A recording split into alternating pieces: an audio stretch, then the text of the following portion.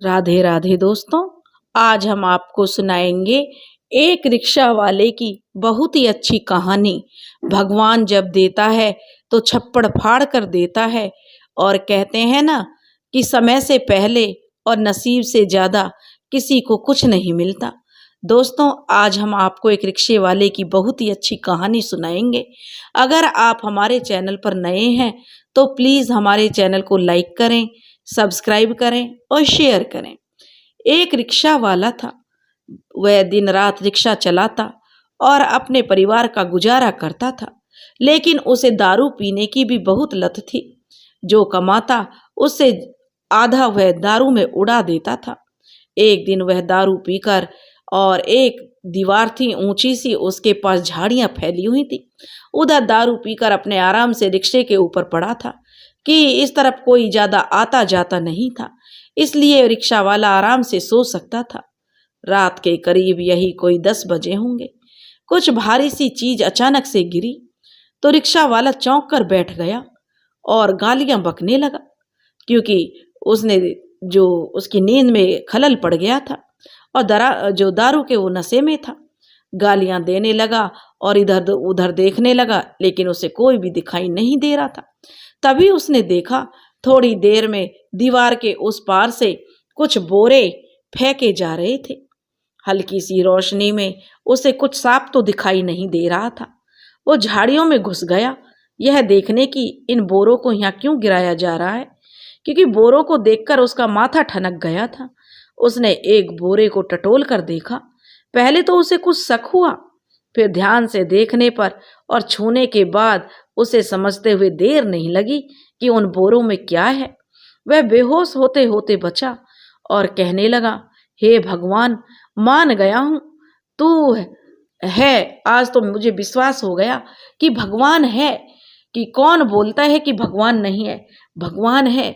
और आज के बाद उसे मैं 2 जूता लगाऊंगा जो यह बोलेगा कि भगवान नहीं है।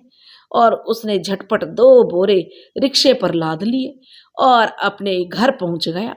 जब वह अपने बीवी बच्चों के पास पहुंचा तो रिक्शा वाले ने जिस दीवार के पास सो रहा था, वह दीवार एक विधायक जी के अड्डे की 4 दीवारी का पिछला हिस्सा था। उनको रात में गुप्त सूचना मिली थी कि आधे घंटे के अंदर वहां आयकर विभाग और निगरानी विभाग का छापा पड़ने वाला है। चुनाव का समय था, इसलिए भर भर कर नोटों की गड्डियां रखी गई थी। खबर मिलते ही उन्होंने जल्दबाजी में नोटों से भरी सारी जो गड्डियां बोरों में भर दी और उसे कोठी के पीछे उस गंदी सी जगह पर जहां झाड़ियां घनी थी और अंधेरा भी था फिकवा दिया कि इस तरफ कोई आता भी नहीं है और पैसा भी सुरक्षित रहेगा। इस अपार धन को देखकर रिक्शे वाले के बाल बच्चों के तो होश ही उड़ गए। वो पूछने लगे अपने पिता से कि ये सब क्या है। बेचारे बच्चे तो खुशी के मारे पागल होते होते बचे। उसकी बीवी को भी आज पहली बार अपने बेवड़े पति को देखकर बहुत ही गर्व महसूस हो रहा था, और उसके बेटे रिक्शे वाले के अपने बाप की किस्मत का लोहा मान रहे थे। इस खुशी के माहौल में उन्हें सदमे से बाहर आते ही जो रिक्शे वाले की बीवी और बच्चे जमीन पर लेटकर भगवान का आभार प्रकट करने लगे। वो तो बस यह सोच रहे थे कि कैसे भगवान ने हमें छप्पर फाड़ कर धन दिया है, और दूसरों की आराम से जिंदगी जीते हुए देखकर उसकी पत्नी रिक्शे वाले की कितनी बार भगवान को कोसती थी। रिक्शा वाले की बीवी मनी मन भगवान से अपने कड़वे वचनों के लिए क्षमा मांगने लगी। अब उसकी आंखों में आंसू बह निकले, लेकिन यह भगवान का शुक्र ज्यादा देर तक वह नहीं मना पाई, क्योंकि वह तो नोटों की गड्डियां देखकर उसका तो मन विचलित होने लगा था। वह तो अपने सभी सुख और भोग विलास के बारे में सोचकर, जिनकी उसे कितने दिनों से लालसा थी, जिसे देखकर वह औरों को देखकर भगवान को कोसती थी कि भगवान ने हमारी किस्मत कैसी लिखी है, अब वह तो उसके बारे में सोचने लगी। उसे तो रेशमी साड़ियाँ, सोने चांदी के जेवरात और पक्का बढ़िया सा आलीशान मकान, कालीन, बड़े बड़े बिस्तर, सोफा, जिसकी उसके आगे आंखों के आगे नाचने लगे। उधर रिक्शा वाले के दोनों बेटे भी रंगीन सपने बुनने में लगे हुए थे। वे सोच रहे थे अब दिखाएंगे उस कलुआ को, इंग्लिश दारू पीकर मुंह सुंघाता है, इतनी महंगी दारू पिलाएंगे कि जिंदगी में कभी नाम भी नहीं सुना होगा। और वो जो है हरिया कहीं से एक खटारा मोटर गाड़ी का जुगाड़ क्या कर लिया, खुद को हीरो समझने लग गया है। उसने उसके सामने 3-3 बुलेट और कार खड़ी नहीं कर दी तो नाम बदल देना। रिक्शा चलाने वालों को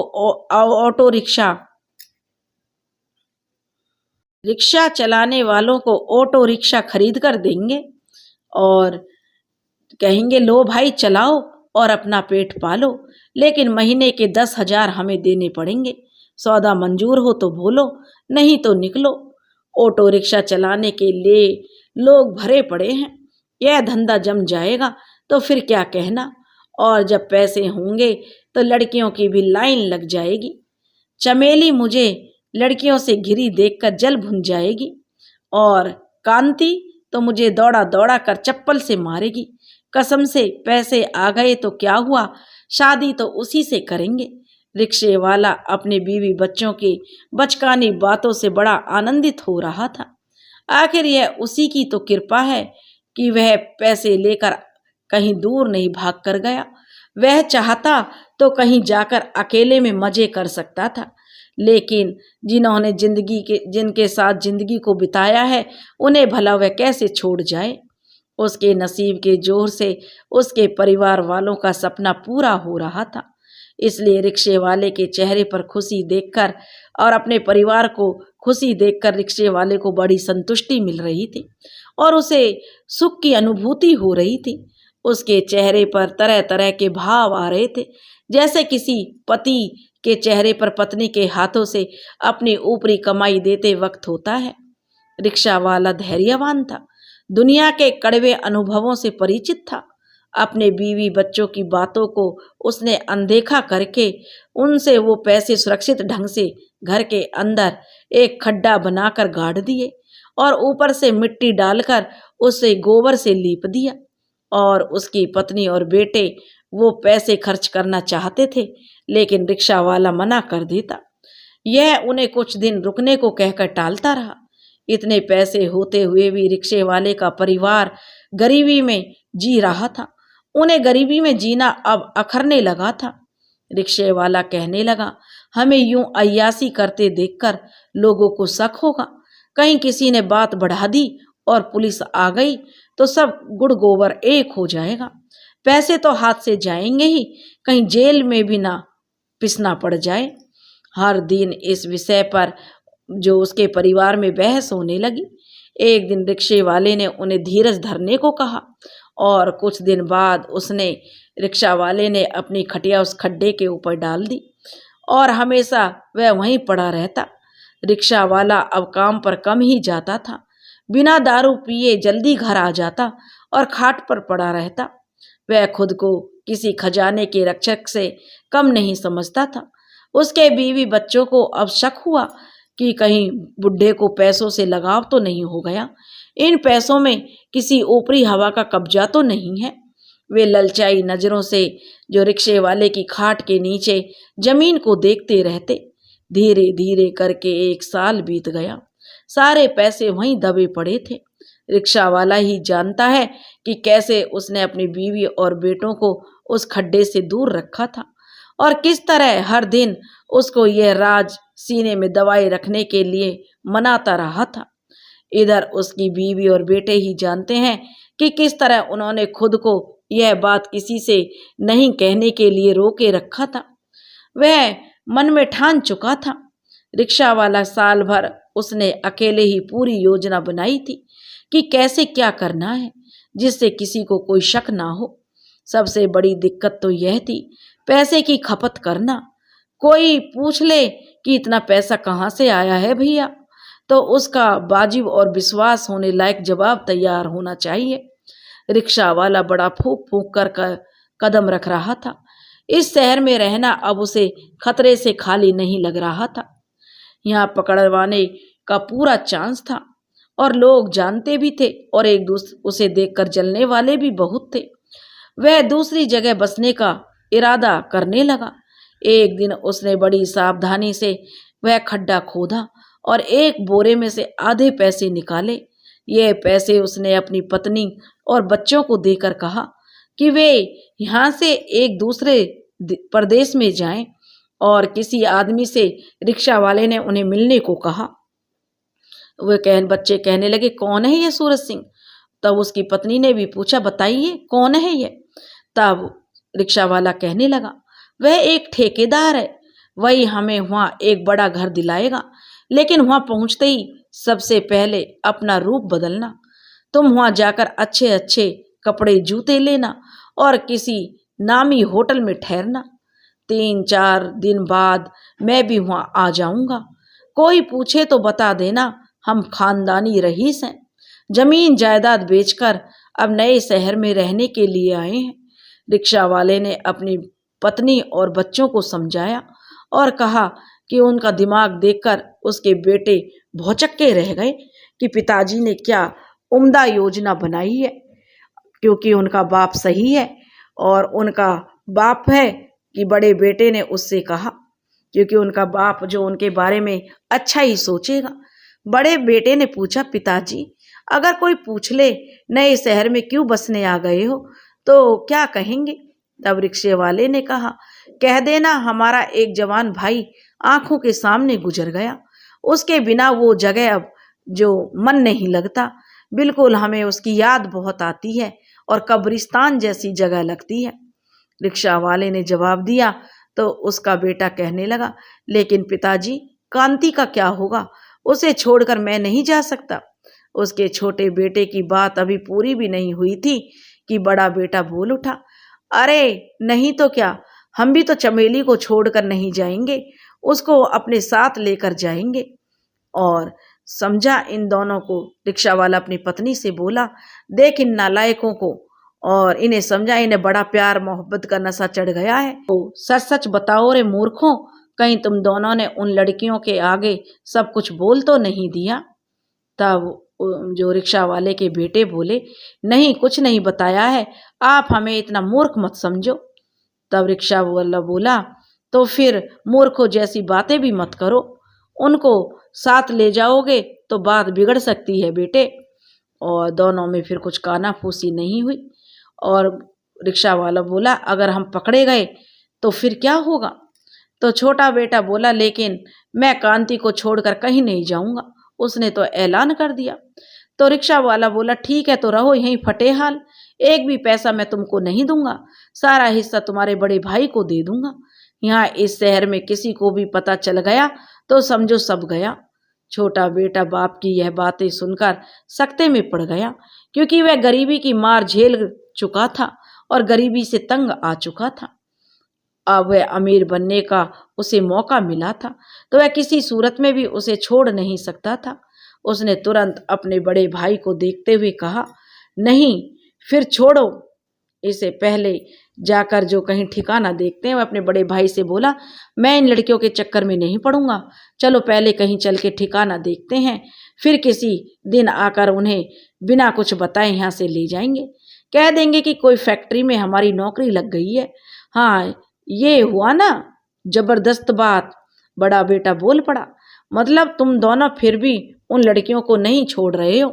रिक्शा वाला कहने लगा, तो अबे बेवकूफ़ों, तुम्हें वहाँ लड़कियों के ढेर मिल जाएंगे और औरतें मिल जाएंगी, वहाँ कहाँ इनके पीछे मर रहे हो? रिक्शा वाला अपने बेटों को जो उनकी बातें सुनकर समझा रहा था और अपनी पत्नी से बोला, देखा सुन लिया ना इनकी बात? छोटा बेटा बोला, माँ अब ये पिताजी भी नहीं माल लाने के लिए बोल रहे हैं, तो बताओ ये भी नहीं माल ले आएंगे हमारे लिए? और क्या बोलना है, ढेर सारी औरतें मिल जाएंगी इन्हें। पैसा देख के रिक्शे वाले ने घूर कर छोटे बेटे को देखा, फिर अपनी बीवी को छेड़ने के अंदाज में बोला, अगर तेरी माँ कहेगी तो एक जवान औरत ले आएंगे और अच्छा ही होगा, आ जाएगी तो तेरी अम्मा के हाथ पैर दबा देगी। तो रिक्शा वाले की पत्नी बोली, हाथ पैर दबाने के लिए मेरे बेटे हैं ना, बेटे बहू ले आएंगे। और जब के अपने पति से वह कहने लगी, जब तुम्हारे पास फूटी कौड़ी नहीं थी तो हमसे लड़ लड़ के दारू पीने के लिए पैसे मांगते थे, और अब तुम्हारा समय आ गया है तो तुम जवान औरतें खोजने निकल रहे हो, ला के तो दिखाओ। चुड़ैल के मुंह में अंगारे न झोंक दूं तो बोलना। दुख के समय में तो साथ रखा, जब सुख का समय आया तो दूसरी औरत। वारे बुढ़े। रिक्शा वाले की बीवी ने यह सब बातें यह सोचकर कही थी, अगर बुढ़े के मन में गलती से भी ऐसा कुछ विचार है तो वह संभल जाए। देखो, रिक्शा वाला कहने लगा, कैसे बात बदलता है और कहता है कि अपने बेटों से मुझे फंसा दिया ना। फिर बात बदलते हुए रिक्शा वाला अपने बेटे से कहने लगा कि ठीक है, जब तुम लोगों को इतनी खुजली हो रही है तो जब यहाँ से हम सब चले जाएं, उसके 4-5 महीने बाद आकर चुपके से तुम दोनों छोरियों को साथ ले जाना, लेकिन एक साथ में। और फिर उसने सबको अच्छे से समझाया कि क्या करना है। रिक्शा वाला एक ही साथ अपने पैसे निकाल कर ले जाने के खिलाफ था, क्योंकि कुछ कुछ समय के अंतराल में उसके बेटे थैले में भर भर कर पैसे ले जाते रहेंगे। भले ही 1-2 महीने का समय लग जाए, तब तक रिक्शा वाला यहीं रुकेगा और सारे पैसे जब वहाँ नए घर में पहुँच जाएंगे तो वह खुद भी पहुँच जाएगा। उसकी बीवी को पहले तो शक हुआ कि कहीं यह बेवड़ा हमें भगाकर कहीं दूसरा घर बसाने के चक्कर में तो नहीं है। उसकी पत्नी ने तुरंत रिक्शा वाले को चेतावनी दे दी कि देखो, अगर कुछ भी ऐसा हुआ तो मुझसे बुरा कोई नहीं होगा।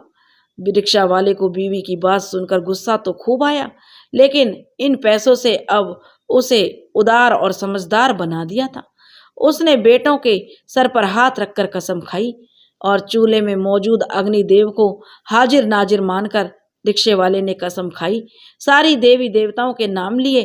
तब जाकर उसकी बीवी को थोड़ा भरोसा हुआ और वे कहने लगे कि ठीक है, और दोनों बेटों के साथ उसकी पत्नी वहां से चली गई। दोनों बेटे और पत्नी दूसरे शहर में पहुंच गए। अलग पहचान के साथ नए शहर में बसना कोई मुश्किल काम नहीं था। जहां लोग अपने पड़ोसी तक को नहीं पहचानते, वहां उनके बारे में कौन और क्या पूछता। रिक्शे वाले ने एक आदमी से संपर्क करके सारी बात पहले ही तय कर ली थी और अपनी मनगढ़ंत कहानी बता दी थी। उसके बीवी बेटों के लिए काम अब आसान हो गया था। 1 हफ्ते के अंदर उन्होंने आलीशान घर खरीद लिया और रहने लगे। दोनों बेटे धीरे धीरे करके 2 महीने में सारे रुपए निकाल कर नए घर में ले आए थे। और फिर आखिर में रिक्शा वाला भी पुराना झोपड़ त्याग कर बीवी बच्चों के पास पहुंच गया। कुछ ही दिनों में उनका पूरा घर कीमती चीजों से भर गया था। उसकी पत्नी महंगी साड़ियों और गहनों में लद गई थी। आईने में वह खुद को बार बार देखती रहती, लेकिन उसका जी नहीं भरता था। वह अपने भाग्य पर फूली नहीं समाती थी। जो उसने अपने सपने में भी नहीं सोचा था, अब उसे वैसा सुख मिल रहा था। और उसे क्या चाहिए था। रिक्शा वाला अब अपने पुराने रंग में आ गया। पूरा 1 साल उसने इन पैसों के लिए दारू की एक बूंद भी हलक से नीचे नहीं उतारी थी। इन पैसों के लिए तो उसने दृढ़ इच्छा शक्ति पैदा कर ली थी। अब समय आ गया इंतजार के फल को खाने का। रिक्शा वाले ने 2-4 पेटी विदेशी शराब मंगा ली और दिन भर नशे में डूबा रहता था। अब उसे टोकने वाला कोई नहीं था, बल्कि बीवी पकौड़े और नमकीन लाकर देती थी और खुद भी 2-4 घूंट लगा लेती थी। पूरा परिवार कुछ दिन नए शहर में घूमता रहा। खरीदारी होती रही, लेकिन कोई आखिर कितना सैर सपाटा करे, कितना सिनेमा देखेगा, क्या क्या खरीदेगा। आखिर में सुबह उठना, दारू पीना और फिर दिन भर दारू पीने का यही सिलसिला चलता रहता। रिक्शे वाले ने जितनी धैर्य और अक्लमंदी से 1 साल तक पैसों को दबा कर रखा था, उससे कहीं ज्यादा अधीरता अब उन कम अकलों को जो उसके नमूने थे उन्हें खर्च करने में दिखाई थी। उसे पकड़ाने का कोई भय नहीं था कि कोई हमें पकड़ सकता है। दिल खोल के वे पैसे उड़ा रहे थे, अपनी हसरतें पूरी कर रहे थे। जो उन्होंने सपने में भी नहीं सोचा था, अब वो सब कर सकते थे। रिक्शा वाला अब कंकाल का ढांचा नहीं रहा था, वह सुअर की तरह फूल गया था। उसकी बीवी को भी बहुत चर्बी चढ़ गई थी, जैसे जवानी फिर से लौट आई हो। मियाँ बीवी अब बस जिंदगी के मजे लूटने में लगे रहे थे। 2 जवान बेटों का भी उन्हें ख्याल नहीं रहता था, मानो आदमी अमीर होते बेशर्म भी हो गया था। उसके दोनों बेटों का भी वही हाल था। मौज मस्ती में ही उनका दिन गुजरता। दारू तो उनके लिए पानी की हो गया था। अब चरस गांजा भी उसके बेटे लेने लगे थे। महंगी कारें, मोटर बाइक लेकर शहर की खाक छानते रहते। अब वे हर दारू के अड्डों की पार्टी की शान होते थे। शहर की तवाइफों में उनके खूब चर्चे होते थे। ऐसे दिल दरिया वाले ग्राहक कम ही आते हैं जो नोटों से उन्हें ढक दें, लेकिन वेश्याओं से कब तक काम चलाते। आखिर 5-6 महीने बीते होंगे कि उन्होंने पुराने शहर जाकर अपनी प्रेमिकाओं को झूठ सच बोलकर मनाया और वहां से लेकर आ गए। फिर उन्होंने उन दोनों से शादी कर ली। बड़ा बेटा चमेली के साथ अपने कमरे में घुसा रहता, तो छोटा बेटा कांति के लिए शहर भर की सैर उसे कराता, जिसे कुछ काम धंधा नहीं था। उन्हें किस बात की चिंता थी? चमेली और कांति उनकी रहीसी देखकर हैरत में पड़ जाती थी। आखिर कौन सा खजाना उनके हाथ लग गया? जब सच्चाई पता चली तो दोनों हैरान रह गईं। अच्छा तो ये बात है, मुफ्त का चंदन घिस मेरे नंदन। खैर, उन्हें क्या जिंदगी आसान हो गई और इन दो भाइयों से शादी करके 4-5 महीने मस्ती में बीत गए। दौलत तो चुंबक की तरह है, जिसकी तरफ लोग खिंचे चले आते हैं। पार्टियों और क्लबों में औरतें उन्हें घेरे रहती थी। रिक्शे वाले के दोनों बेटे इतने शयाने नहीं थे। वो खुद को चुंबक समझ रहे थे और चालाक औरतों के असली इरादे नहीं भांप सके थे। उन औरतों के पैरों में पड़कर अपनी बीवियों को वो भूल चुके थे। बीवियों को गाली गलौच, लात घूंसा किसी भी हद तक वो मंजूर था हो करते थे, लेकिन पराई स्त्री से पति का संबंध किसी भी औरत को किसी भी हालत में बर्दाश्त नहीं होता। चमेली ने ऐतराज जताया तो उसके पति ने उसे गंवार और देहाती कहकर उसका मजाक उड़ाया। रईसों की यही तो पहचान होती है, उसका पति कहने लगा। शराब और शबाब पर दौलत उड़ाना, कांति ने भी अपने पति से कहा, तो वो बेचारी पर जो 2-4 हाथ पड़ गए। रिक्शे वाले के छोटे बेटे ने यह बड़ा ही जो असहनीय उन दोनों को लग रहा था कि शादी करके उन्होंने जिस लड़की की जिंदगी संवार दी है, वो तो कुछ सुनने के लिए तैयार ही नहीं थे कि दोनों की जिंदगी उन्होंने संवार दी, फिर भी ये हमसे जवान लड़ाती हैं। वहीं अब छोटी छोटी बातों के सवाल जवाब हमसे कर रही हैं। दोनों की औकात क्या है, इनको लाकर हमने रानी बना दिया। जब दोनों बहुओं ने अपने पतियों की शिकायत अपने सास ससुर से की, तो रिक्शा वाला तो कभी होश में रहता ही नहीं था।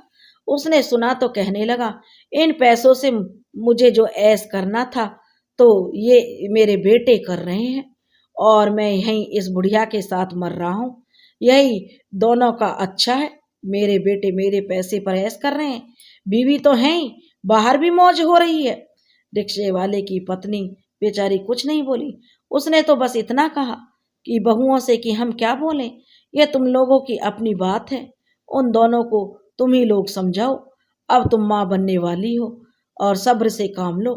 सास ससुर से निराश होकर चमेली और कांति को और कोई उपाय नहीं सूझा। दोनों ही पेट से थीं और पतियों के व्यवहार से दुखी थीं, तो उन्होंने वहां रहना अब नहीं था। उन्होंने सोच लिया कि उन्हें हालात से समझौता कर लेना ही सही समझा। एक दिन की बात है, रिक्शे वाले के दोनों बेटे एक एक औरत लेकर घर पहुंचे। चमेली और कांति ने जो उन्हें घुड़की दी, रोना धोना किया, लेकिन दोनों नशे की हालत में थे। बीवियों का इस तरह जो उन्हें शोर मचाना अब अखर गया था। उस दिन उन्होंने जमकर अपनी अपनी बीवियों की धुनाई कर दी। फिर उन बाजारू औरतों के साथ लेकर अपने कमरों में घुस गए। अपनी उनकी जो बेटों की माँ थी, रिक्शा वाले की पत्नी, उनका खड़ी होकर तमाशा देखती रही। लेकिन उनकी बीवियों के लिए अब जो पानी सर से ऊपर जा चुका था। उन्होंने उसी क्षण अपना बोरिया बिस्तर बांधा और अपने पुराने शहर की ओर लौट पड़ी। उनकी सास ने उन्हें रोकने की भी कोशिश नहीं की, मगर चमेली और कांति अब कुछ नहीं सुनना चाहती थी।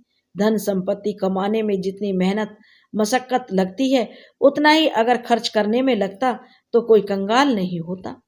बड़े बड़े व्यापारी कभी खुद को दिवालिया घोषित नहीं करते, राजा रंक नहीं होता, लेकिन ऐसा नहीं है। पैसे उड़ाना चाहे तो दिन भर में करोड़ों उड़ा सकते हैं। खर्च के साथ कमाई भी हो तो दौलत थोड़ा बहुत सुरक्षित रहती है। यहाँ तो आमदनी जीरो और खर्चा रुपया था। करीब 1.5 साल के अंदर ही आधे से ज्यादा रकम जो खर्च हो गई थी। पूरा परिवार विदेशी और महंगी चीजों का इस्तेमाल कर रहा था। विदेशी शराब, विदेशी जूते, परफ्यूम, तरह तरह की चीजें उपयोग कर रहे थे। अमीर आदमी के दोस्त भी जल्दी बनते हैं और अमीर आदमी अपने दोस्तों को खैरात समझकर कुछ ना कुछ तोहफे भेंट करते ही रहते हैं। और रिक्शा वाले के दोनों बेटे तो अपनी अमीरी का डंका बजाते घूमते रहते थे। उनके भी बीसियों यार दोस्त बन गए थे जो उनके विशाल हृदय का भरपूर लाभ उठा रहे थे। दोनों बेटे खासकर औरतों पर बेशुमार दौलत लुटा रहे थे। बड़े ने तो कुछ युवतियों को नई कार खरीदकर तोहफे में भी दे दी थी। छोटा बेटा हीरे की अंगूठियां, सोने की घड़ी जैसी चीजें बख्शीश में देता, जुआ सट्टा भी खेलता। आखिर कितने दिन? रिक्शा वाला अब उधर चिंतित हुआ। बड़ी जल्दी उसके पैसे खर्च हो गए। आधे बोरे में से कम ही बचे थे। उसने निकाल कर गिनना चालू किया। कुल टोटल 27 लाख रुपए बचे थे। उसने कुछ राहत महसूस की। 27 लाख कम नहीं होते। उसने बेटों को बुलाया और अपने बेटों को समझाया कि बेटा, सब पैसे खर्च हो गए हैं, 27 लाख रुपए कुल बचे हैं, कोई काम धंधा चालू करने को सोचो। और अपने बेटों को समझाया, इसी तरह पैसे लुटाते रहे तो 2 महीने में फिर से हम कंगाल हो जाएंगे। 2-4 दिन तो इसी बात पर बहस चलती रही कि क्या धंधा करें, कुछ ऐसा करें कि समाज में इज्जत भी बची रहे, और यह नहीं कि छोटा मोटा धंधा लेकर बैठ गए तो हमारी जग में हंसाई होगी। कल तक जो आकाश में उड़ते फिरते थे आज धनिया बेच रहे हैं, लोग हमारे बारे में यही कहेंगे। आखिरकार शहर के महंगे मॉल में एक जगह भाड़े पर ली गई और इलेक्ट्रॉनिक सामानों की दुकान खोल ली गई। करीब 23 लाख रुपए खर्च हो गए। सप्ताह भर में व्यापार चलने के लिए 2 नौकर भी रख लिए, जिनमें से जो मालिकों की लापरवाही और बुद्धिहीनता ज्यादा दिन तक छिपी नहीं रही थी, उसका जो नौकर भरपूर लाभ उठा रहे थे। अब वो काम कम और आराम ज्यादा करते थे। ग्राहकों से सीधे मुंह बात नहीं करते थे और उन्हें भगा देते थे। कौन उनसे बहस करे? यह दुकान की रोज की कमाई पर भी नौकर हाथ साफ करने लगे थे। नतीजा यह हुआ, दुकान घाटे पर चलने लगी। ये दोनों भाई सब कुछ नौकरों पर छोड़कर अपनी मौज मस्ती में डूबे रहते थे। 2-4 दिन में कभी दुकान की राह पकड़ते, 5 महीने में दुकान बंद करने की नौबत आ पड़ी। बड़ी मिन्नतों के बाद उसकी माँ ने अपने कुछ गहने गिरवी रखकर उन्हें धंधा चलाने के लिए पैसे दिए। सब कुछ खत्म हो रहा था। अब उन दोनों भाइयों को वे दोस्त और वे औरतें कहीं नजर नहीं आती थीं। शराब की लत ने बाप बेटों का खर्च बढ़ा दिया था। कितनी भी कोशिश करते, लेकिन दारू के बिना तो वो खुद को निर्जीव महसूस करते थे। दारू की घूंट अंदर जाते ही जैसे उनमें प्राणों का संचार हो जाता था। रिक्शा वाले की बीवी अब संभल गई थी। उसे अंदाजा हो गया था कि अब आगे क्या होने वाला है। औरतें घर परिवार चलाने में माहिर होती हैं, बचत कर करके रखती हैं, लेकिन रिक्शे वाले की पत्नी ने ऐसा कुछ नहीं किया था। ले देकर सोने चांदी और हीरे के जेवर ही अब उसकी संपत्ति थी, जिस पर भी बाप बेटों का हाथ पड़ चुका था। वह पति और बेटों को खर्चे कम करने के लिए समझाती और उन्हें समझाती, लेकिन वे अपनी हरकतों से बाज नहीं आ रहे थे। पहले अपनी कारें बेची उन्होंने, फिर मोटर बाइक की बारी आई और कुछ दिन बाद यह हाल हो गया कि दुकान के कमरे का भाड़ा देने के लिए भी उनके पास पैसे नहीं रहे। उनके नौकरों ने सब कुछ चौपट कर दिया था। धंधा बंद करना पड़ा। अब सारे रुपए खत्म हो गए थे, लेकिन घर में सोने के गहने अभी खूब थे। वही बेच बेच कर उन्होंने अपनी रहीसी बरकरार रखी। चंद महीनों के अंदर सारे गहने भी उठ गए। उसी समय रिक्शा वाला बीमार पड़ गया। रिक्शा वाला शराब पी पी कर उसने अपने गुर्दे और कलेजा बेकार कर चुका था। किस्मत का खेल देखिए, अब उसके इलाज के लिए घर में पैसे नहीं थे। 2 महीने के सस्ते इलाज के बाद बेचारा रिक्शा वाला सरकारी अस्पताल में दम तोड़ गया। उसकी बीवी बेटों को कोसने लगी। बाप की मौत ने दोनों भाइयों की बुद्धि खोली। कहाँ थे और कहाँ आ गए। गनीमत इस बात की थी कि रिक्शा वाला तो अपनी जिंदगी ऐसो आराम में बिता कर गया था और उसने अपनी जिंदगी ऐशो आराम में ही जो जी थी। भले ही मौत गरीबी वाली हुई थी, दोनों बेटों को अब अपनी पत्नियों की याद आने लगी और कह सोचने लगे, हे भगवान, हमारी पत्नी तो पेट से थी, बच्चे भी बड़े हो गए होंगे अब तक, या पता नहीं कहीं उन्होंने गर्भपात ना करा लिया हो। किसी दूसरे मर्द के साथ भागने में औरतों को समय ही कितना लगता है। अगर ऐसा ही हुआ होगा तो दूसरा ठिकाना उन्हें मिल गया होगा। उन्हें रिक्शे वाले के बेटे अब पछतावा कर रहे थे। घर का खर्च, अब घर के खर्चे जो बचे कुचे कीमती चीजों को बेचकर होने लगे थे। अंत में वो भी सब खत्म हो गए। थक हार कर रिक्शा वाले के जो बेटे थे उन्होंने अपने आलीशान मकान को 10 लाख रुपए में बेच दिया। वो रकम लेकर एक सस्ते मकान में किराए पर रहने लगे। दोनों भाइयों ने तय कर लिया था कि 5 लाख रुपए बैंक में जमा कर दिए जाएं और बाकी पैसों से परचूने की दुकान खोल ली जाए। लेकिन उन दोनों ने रईसी जिंदगी का मजा उठाया था और बिना मेहनत के ऐशो आराम की जिंदगी जी थी। परचून की दुकान भी घाटे में चलने लगी। लोग उधार लेकर चंपत हो जाते थे। ऐसी हालत उनकी हो गई थी कि उन्हें बैंक में रखी 5 लाख रुपए पर भी अपने हाथ डालने पड़े। कुछ ही दिनों के बाद उनके पास फूटी कौड़ी भी नहीं बची। अर्श से वो फर्श तक आ गए और उन्हें अर्श से फर्श तक आने में 4-5 साल का समय लगा, इससे ज्यादा नहीं था। अतः ये दोनों बेटे अपनी माँ से मशवरा करने लगे कि माँ, क्यों ना हम पुराने शहर वापस लौट जाएं। फिर उसकी माँ ने कहा, ठीक है। फिर से वही गंदी कोठड़ी, नालियों की सड़ांध और बासी खाना, फिर से वही मजदूरी, फिर से वही जी तोड़ मेहनत। यह सब का ख्याल आते ही बुढ़िया रोने लगी, उन्हें ताने मारने लगी। इतना सारा पैसा उड़ा दिए जो पूरी जिंदगी आराम से बिताने के लिए काफी था। मेरी तो मती ही मारी गई। हे भगवान, जबरदस्ती जो रिक्शा वाले के जो बेटे थे अपनी माँ को लेकर वापस अपने पुराने शहर आ गए। अपने पुराने झोपड़ी में जाकर देखा तो उनकी वह झोपड़ी खाली थी, किसी ने कब्जा नहीं किया था। भले ही वह जर्जर जरूर हो गई थी। वे चमेली और कांति के घर गए तो मालूम हुआ कि चमेली और कांति ने एक एक बेटे को जन्म दिया है। अपनी बीवियों से रिक्शा वाले के बेटे मिलकर जो मिले तो उन्हें कुछ उम्मीद हुई। अपनी पत्नियों से उन्होंने माफी मांगी। पत्नियां तो वैसे ही क्षमाशील होती हैं। उन्होंने अपने पतियों को माफ कर दिया। आज रिक्शा वाले के दोनों बेटे रिक्शा चला रहे हैं। जब वो अपनी कहानी अपने साथियों को सुनाते हैं तो उनके साथी उन पर हंसते हैं, उन्हें कहते हैं कि क्यों गप्पे हाँकते हो, और यह समझकर सब उनको मूर्ख समझते हैं। उनकी माँ तो धीरे धीरे पागल सी हो गई है। उनके पुराने घर में बना हुआ गड्ढा उनके जख्मों पर हर पल नमक छिड़कता रहता है। अमीरी की यादें अब मधुर नहीं रही बल्कि जहर सी उन्हें प्रतीत होती हैं। साल भर बाद जो उसकी माँ का भी इंतकाल हो गया। ये दोनों भाई अब ज्यादातर समय विधायक के घर के पीछे चक्कर लगाते रहते हैं कि कहीं फिर से कोई किस्मत का खेल हो जाए। दोस्तों, हमारी कहानी यहीं पर खत्म होती है कि कैसे बिन कमाए पैसे का जो लालच कैसा होता है, कमाई की मेहनत क्या होती है, और बिना कमाए पैसों को खर्च करने और फिर वही बात साबित होती है कि समय से पहले और नसीब से ज़्यादा कुछ नहीं मिलता। लक्ष्मी माँ किस पर कब मेहरबान हो जाए कुछ पता नहीं चलता। दोस्तों, एक रिक्शा वाले की कहानी की देखा आपने, उसकी जिंदगी में कैसे पैसों की बहार आई और फिर कैसे दिन देखने पड़ गए। बिना मेहनत करे कहीं कुछ भी नहीं है। एक दिन तो जो पैसों का पहाड़ भी खत्म हो जाता है। इसलिए मेहनत जिंदगी में ज़रूरी है।